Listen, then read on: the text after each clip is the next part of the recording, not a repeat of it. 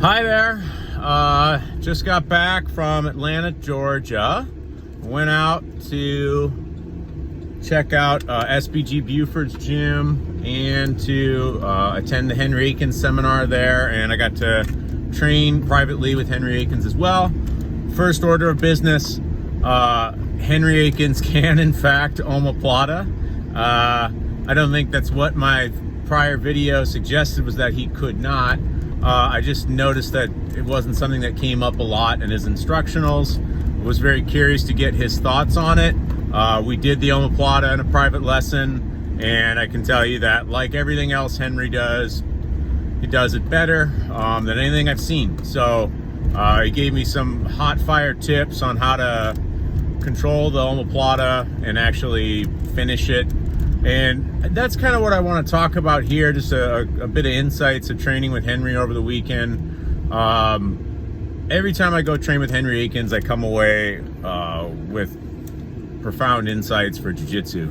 And what really came across to me this time is, and I think this is a little bit looking at Henry's private training methodology, which I think is where,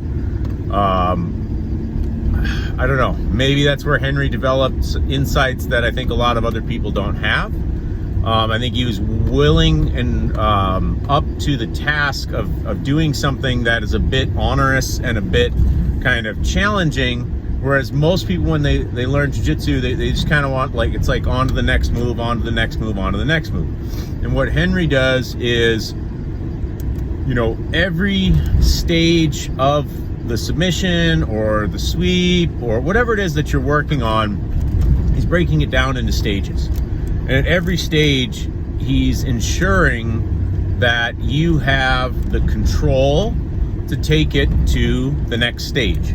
So we don't move on to the next stage just because, like, you might slip through a stage in jiu-jitsu and the person didn't react appropriately or inappropriately, so you were able to retain the position, get to your submission, and maybe even surprise them because they've never seen it before. But, you know, the Omaplata is kind of noted for being a little scrambly because there's a limited amount of control initially on the body. You have one leg wrapped around one arm, and what Henry showed was how to, at every stage of that, take away the scramble, take away the ability to roll, take away the ability to posture up, so that you could go all the way through to the Omaplata. And the braking power and the braking mechanism on his Omaplata was profound. You know, it took very little effort. I think Henry, when he was applying braking force, was moving about a millimeter to put an enormous amount of force through my shoulder, enormous amount of force through Philippe Gentry's shoulder as well. I mean, practically the submission is occurring even in the earlier stages of just when your control is that tight, even before you get to the point of actual breaking, like there's tension in the joint that is being hyperextended. So yeah, it was pretty incredible. We worked on, but you know, there was more that we worked on over the weekend. On Saturday, we worked on guard passing.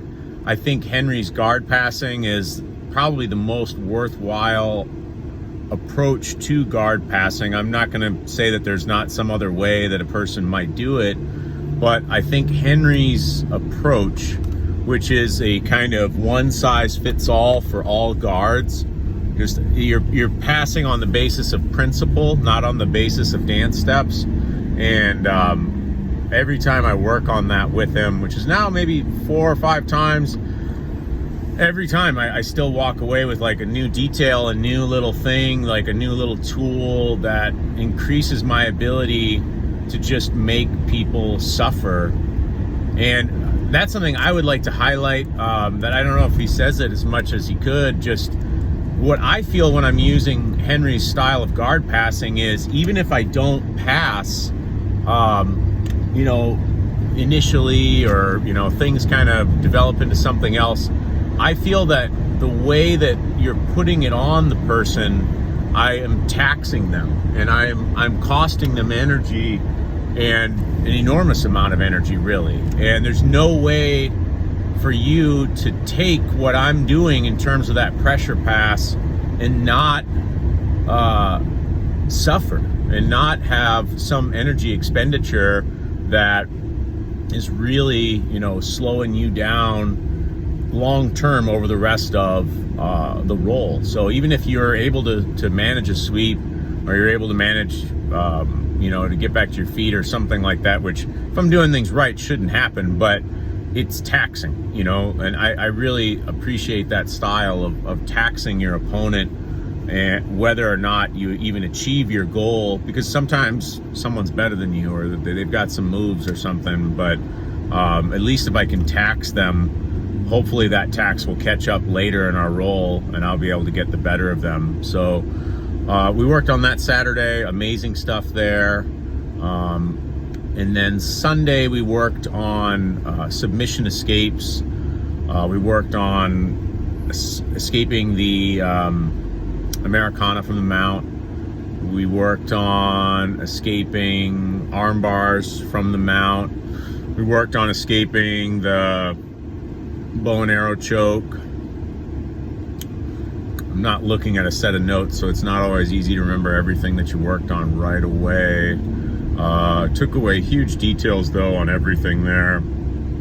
Quite a bit on Armlock escapes. And again, I watched a lot of Henry videos, but live and in person, I've got a three-dimensional model that I'm able to move around, and I see movement components that I didn't quite catch, when I watched it in a video or something. So there were a number of things there that, we worked on Kimura escapes as well. And I feel like what we worked on, I really feel like Henry's Kimura defense is something that I've had a lot of opportunity to play with against some fairly high level, like black belt opponents, and they haven't been able to Kimura me. It doesn't mean I took these guys to the cleaners or anything like that, but I feel quite confident in my Kimura defense. I'm never really too worried about somebody getting on my arm with a Kimura grip. I'm not worried because I have responses that I think are incredibly effective.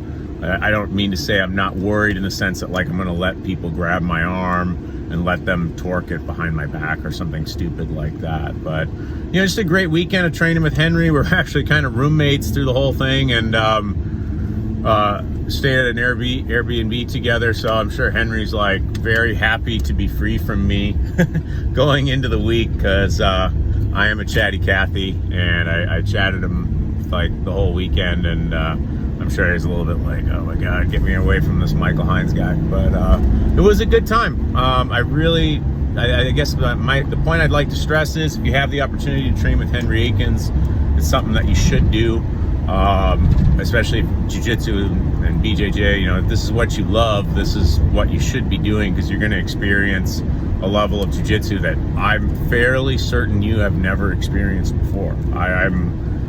I don't think you're going to find those details. And that approach to excellence with fundamentals is something that I just don't think exists elsewhere. I don't think anyone's been willing to just go through that process the way he does and keep doing it over and over and over again, developing things like just an arm lock to the point of perfection, to where once you've got that grab, it's not gonna, there's no escape.